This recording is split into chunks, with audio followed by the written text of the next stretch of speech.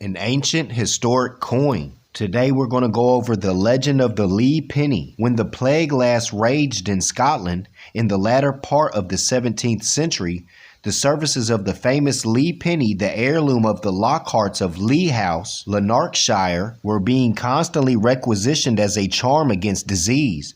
It was also borrowed by the municipality of Newcastle when the plague crossed the border, and a deposit of a large sum of money was left on it. So convinced were the Newcastle folks of its plague scaring that they actually wanted to retain the Lee penny and forfeit the deposit. The Lee penny, which is in the custody in Lee House of Sir Simon MacDonald Lockhart, the present head of the family, is simply a small triangular pebble set in an old silver coin. It was obtained by an ancestor, Sir Simon Lockhart, as a part of the ransom of a Moorish chief. And we already went over the reading about Kenneth the Moor, the Christian Moor slayer, where it said one Christian Kenneth the Moor can kill 3 Moors, and it's speaking about the MacLeans, the MacDonalds, all of these highland Scottish clans who were in direct communication with the popes of Rome, and they was fighting against the Moorish Empire. Like I always say, we did the reading about the Christian coming back and finding the other Christian engaged in war with the Moors, and he asked if he can help.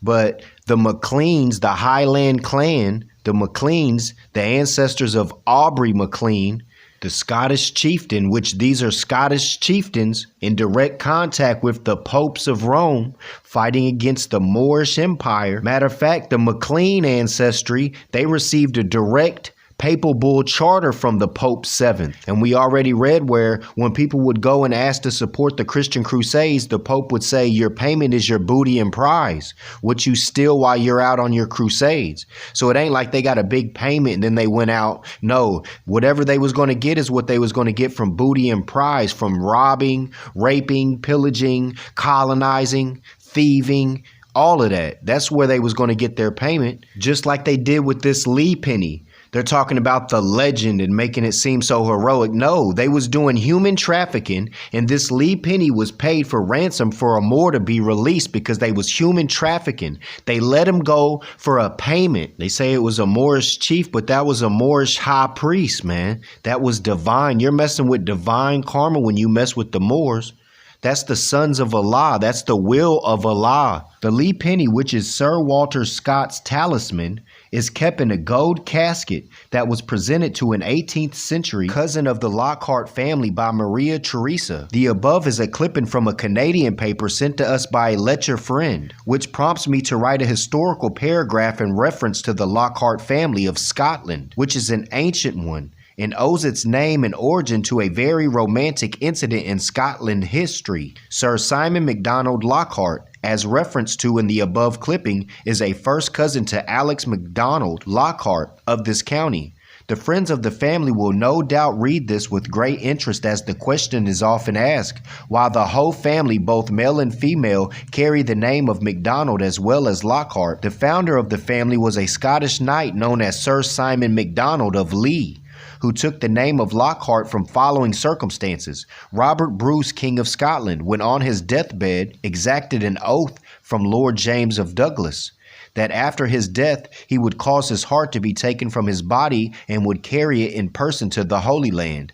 In compliance with the Robert King's dying command, Lord Douglas placed his heart in a silver casket and set out for Palestine. In going through Spain, however, he was called upon to assist the Christians of that country in resisting the Saracens, which are the Moors, and having a foreboding that he should fall in battle, he called to him that good knight Sir Simon of Lee, and made him swear that in the case of his death he would carry the heart to the Holy Land, and thus accomplish King Robert's vow, and then carry it back to Scotland for interment. The legend goes on to say that Lord Douglas was killed in an engagement with the Saracens, with the Moors. They just talked about the ransom for the Moors. That Sir Simon of Lee, having journeyed with Bruce's heart to the Holy Sepulchre of Jerusalem, brought it back to Scotland, and was granted the privilege of, for his arms, a lock and a heart, and of assuming the name Lockhart. This is said to have been the origin of celebrated baronial family of the Lockharts of Lee Castle, Lancashire, Scotland. So it all happened from killing the Moors, that it was their land already, the Moorish Empire. So yeah, this Lee penny was the ransom for a Moorish high priest that they was killing off from the land. We done went over all this though, but I tried to do a little legend of the Lee coin from Scotland, and it ended up being another genocide of the Moors. I mean, these Scottish chieftains, you got to watch them. That's why I go in on the Scottish Rite so bad.